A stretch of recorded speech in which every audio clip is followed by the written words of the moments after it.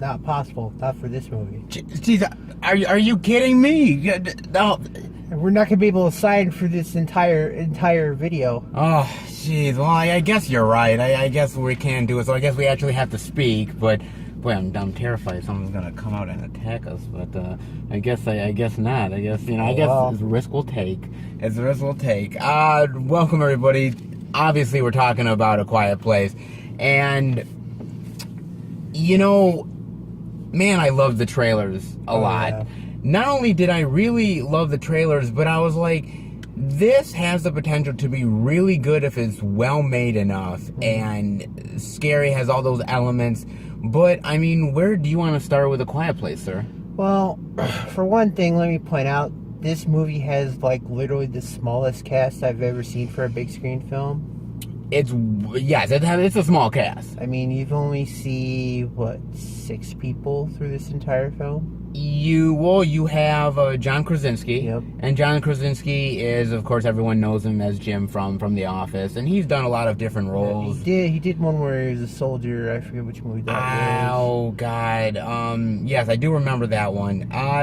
Do I like?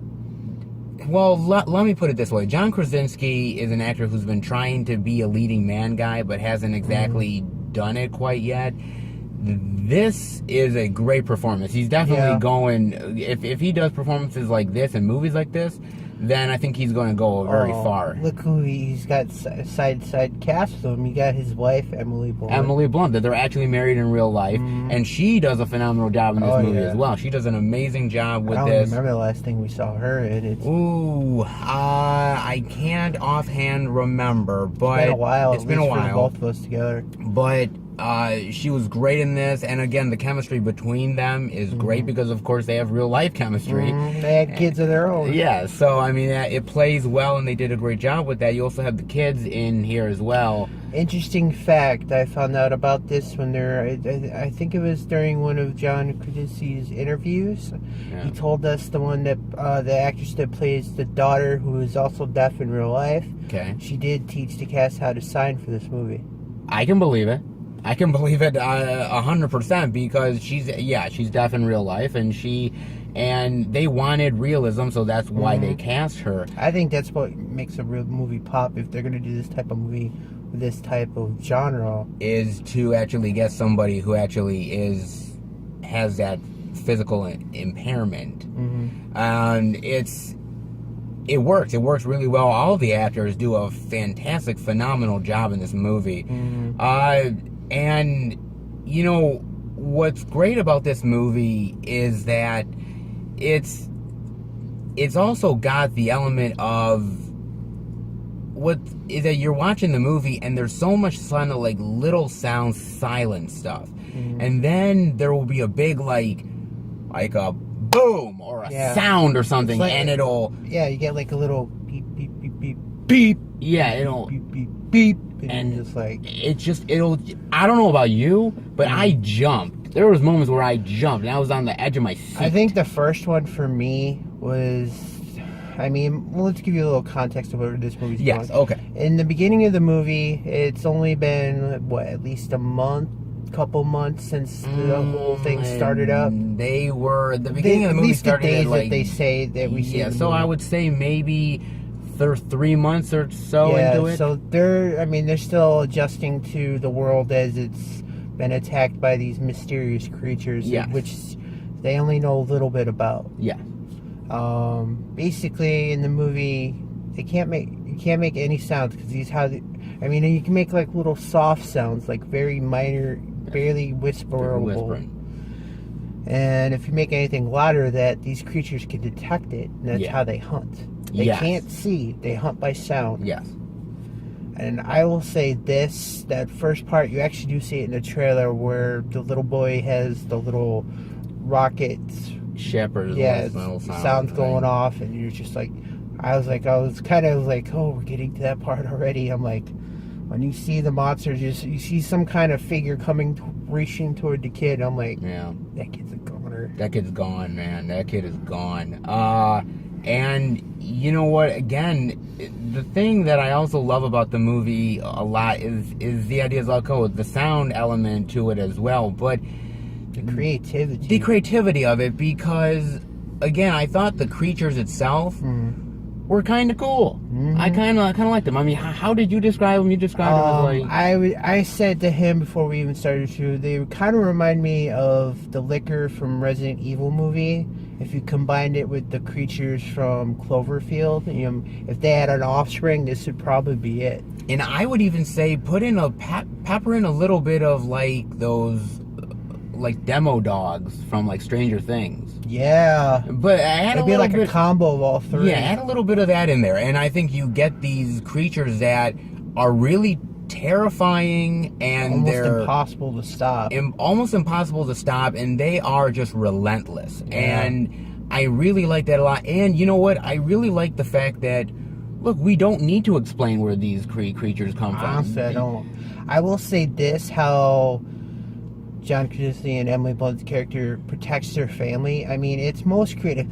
They don't wear, they wear nothing that makes sound like, they don't wear shoes, they don't wear socks. They walk on, I forget what was it, like sand or something? Almost like a sand or a type of salt or something. Yeah, something to cancel out so they don't make any sound when they're walking. Yeah. I'm like, that's got to be hard on your feet. It's got to be very hard on your feet, but that's how you got to survive. I love all of the little, like, things where it's like how to detect that they're coming. Of course, you put up a lot of light bulbs, and of course, when they're there, of course, it changes to red. Yeah, a creative security system. I'll give them that. A very creative security system, and there is a lot of things in this movie that they have to worry about, because it's slightly in the trailer that Emily Blunt in this movie, her character is pregnant. Yeah, that was one point up when we first saw the trailer for this movie. I'm like, how do you keep a newborn child quiet? How do you keep a newborn child quiet? But even more important, like, how do you prevent, like, again, security measures? The idea that, you have a possible, like, due date for her. And that's just a possible. Mind you, they could be later, it could be earlier. Yeah. You don't know. Mind you, they have to learn all these skills themselves, because it's not like there's a ton of. I mean, as far as we know, they could possibly be one of the last few people on the planet. They have to end up, scrounging around for medicine, scrounging around for medical supplies. Get books to learn how to do things and all that. Exactly. This world has become, literally almost like an apocalypse wasteland because of these creatures. And I was fascinated just by the world. I mean, even like the world of, like, you look at different newspapers in it, and I love sort of that stuff. Like, it reminded me almost of like the beginning of George Romero's Day of the Dead, where like that newspaper comes up and the dead are walk or something, and it's like, wow, I love sort of newspapers and the world of that. It's just fascinating. And like kinds like, oh, these creatures, where did they come from? How do you survive? What are their weaknesses? The weaknesses, stuff like that, and it's just trying to figure this all out, but yet trying to survive at the same time. It's incredibly brilliant. I really like it a lot. I will say this, that some of the character decisions at times did get to me a little bit. I understand it because of the kids, and they're emotional and stuff. So I won't fault them too much. But there were certain aspects where I was like, oh, okay, I wish they would have thought about that a bit. But again, you're in the heat of the moment. You don't know really what's going to happen. I get it.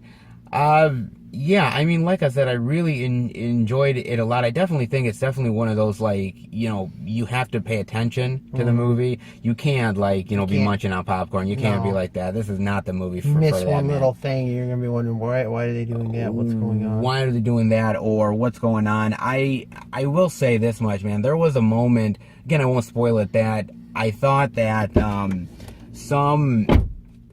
somebody got killed. And I was like, I was almost like ready. I can't believe they went there.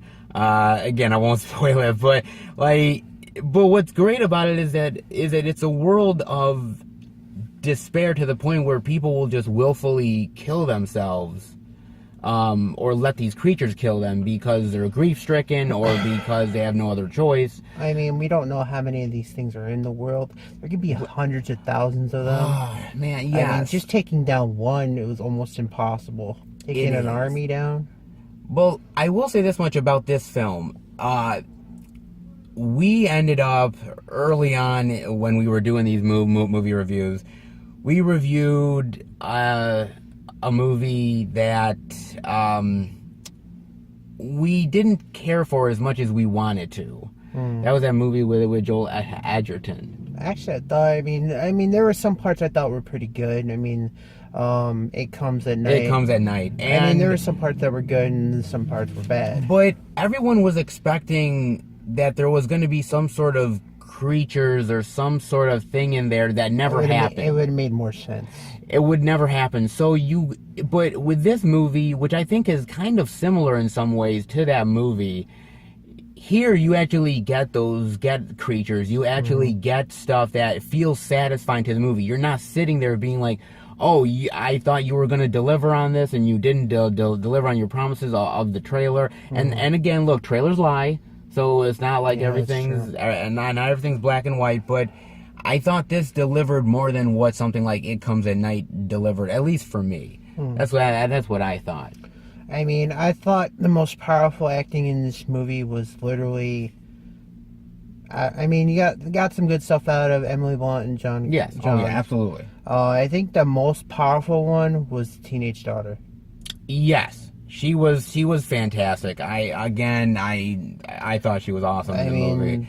You get a lot of friction between her and John Krasinski's character. I mean, you find out why. You find out why it's over something that happened to someone. Yeah. Yes. I mean, even with John's character, he's trying to find a way to not only survive, but at least give us an advantage over the creatures so they could survive better. Yes. And I mean, look, you have this idea of, what I love about it is the idea of, who, and even Emily Blunt says it in the movie, who are we if we can't protect our kids? How, and that's the big thing about it is that John Krasinski even goes out with his younger son, and the younger son doesn't want to go, and the mother is basically saying, look, he's preparing you.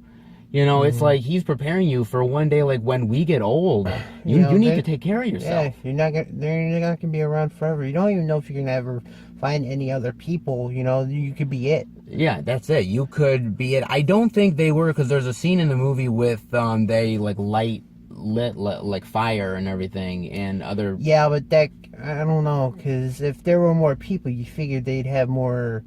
They'd have, I wouldn't say bigger groups, but they'd meet up every once in a while just to keep updated on any situation. Maybe, but I think that's the whole idea of like smaller numbers, I think, work in this case. If you have a bunch of people, I think it might not work as much.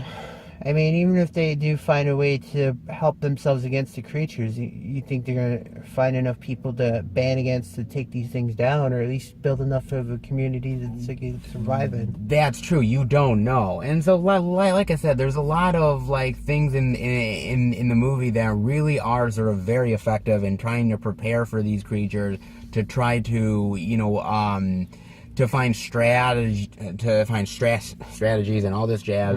It works. It does. I think it does work really, really well.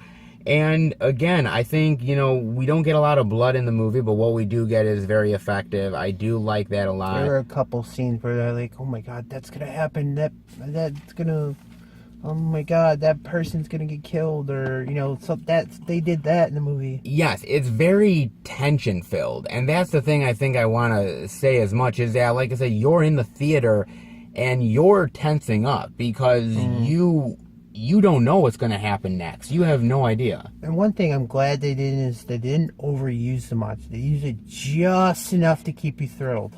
Let me ask you this. Is there a movie that you can think of that overused the monster to the point where it became, like, ineffective at that point? Like, it's no longer really effective anymore. I have to think, because there hasn't been a lot of monster movies of late. Well, that's true. I mean, But like I said, I think you're right. They used it just enough. They were effective just enough with it. And again, the quietness and the calm, and then the more louder noises, it works to the film's benefit, I think. And a lot of these creatures, I'd have to reference, they kind of remind me of, is almost like the aliens from the movie Alien. Oh, the Alien series, yeah. I mean, they are very, very effective in that way. And, again, this movie's directed by John Krasinski. Mm-hmm. He actually did direct this movie. And you know what? I gotta give John Krasinski a lot of credit because, man, you gotta act in this thing, but to direct it and to make it as effective and... Tell your wife what to do. Tell your wife what to do, yes.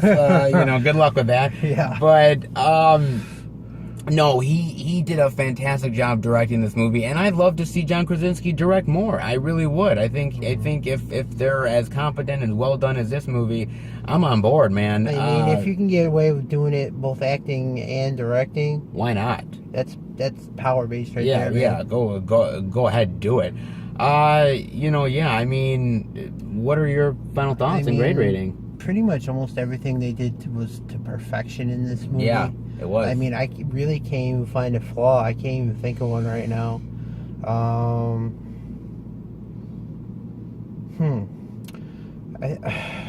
Honestly, I can't think of anything flaw-wise. I won't say it was not a scary movie. It was scary enough to keep me entertained. Yes. Story-wise, you pretty much complete. I mean, like you said, you don't really need to know where the creatures came from. You know they're here now. No. And you didn't really need to see, if they were going to do, an intro, it's like, oh, these creatures just came out of nowhere, they started attacking people. Yeah, they I don't need to know that. Came out of the skies or something.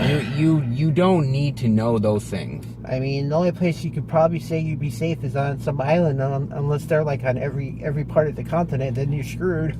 Or there is a hint that they can't swim, so pretty much screwed anywhere. Pretty much screwed anywhere then. And you can tell that there are very little animals left in this movie. Yes, there's very little animals. In fact, that was something I now they come to think of it, I was actually watching the movie now and thinking to myself, I didn't hear any birds, I didn't hear any there were birds in the movie. If you don't remember, there's a scene where the kids are looking up and you see some birds flying around. Well, yeah, but I mean, you're hearing birds constantly. You're not really here. You didn't hear much. They probably have to stay in flight almost all the time now, considering those things there. I mean, I know. You get to see kind of, I thought it was raccoons or whatever. You saw raccoons or something, yeah, and they got got turned into a Happy Meal. Yeah. So I mean, yeah, I thought overall, man, this film was really. I mean, really the only thing that probably would have taken away from my grading is the question we asked before, how are you going to keep a child infant when you got creatures that hunt by sound? Certain decisions where you think to yourself, I know you don't want to not,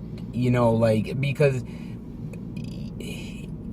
it's not like you don't want to still have kids and everything, but you got to think about, this world, man. I mean, that, and then the part in the trailer where you see her in a bathtub giving birth, I'm like, considering how much pain that woman's going through to give birth to a child, how is she not screaming? I mean, there's no way you could keep your mouth closed. I would have been.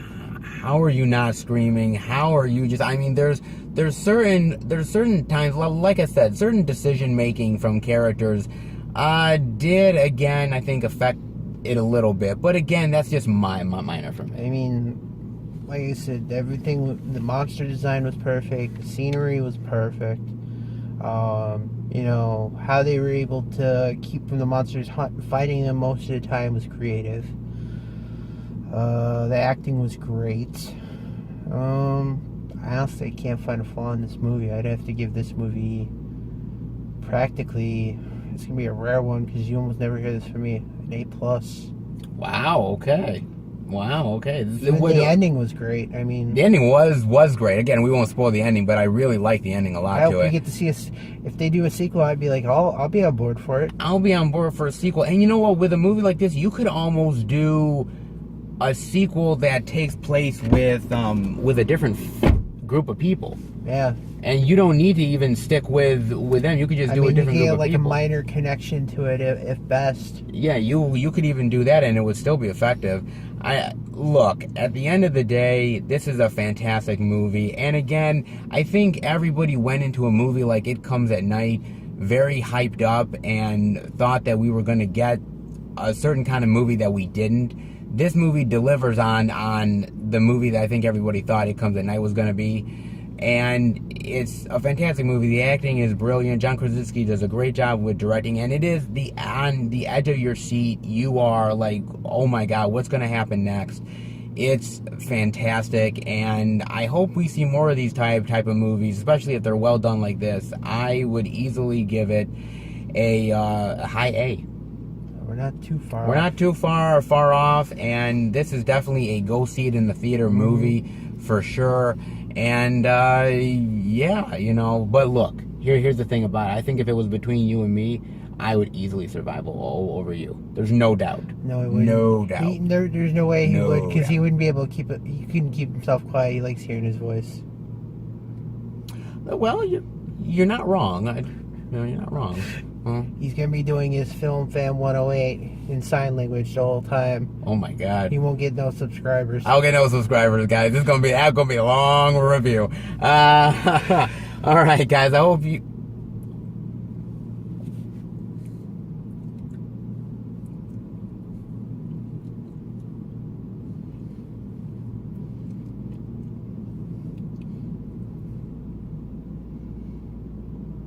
Not quiet enough. Take care, guys.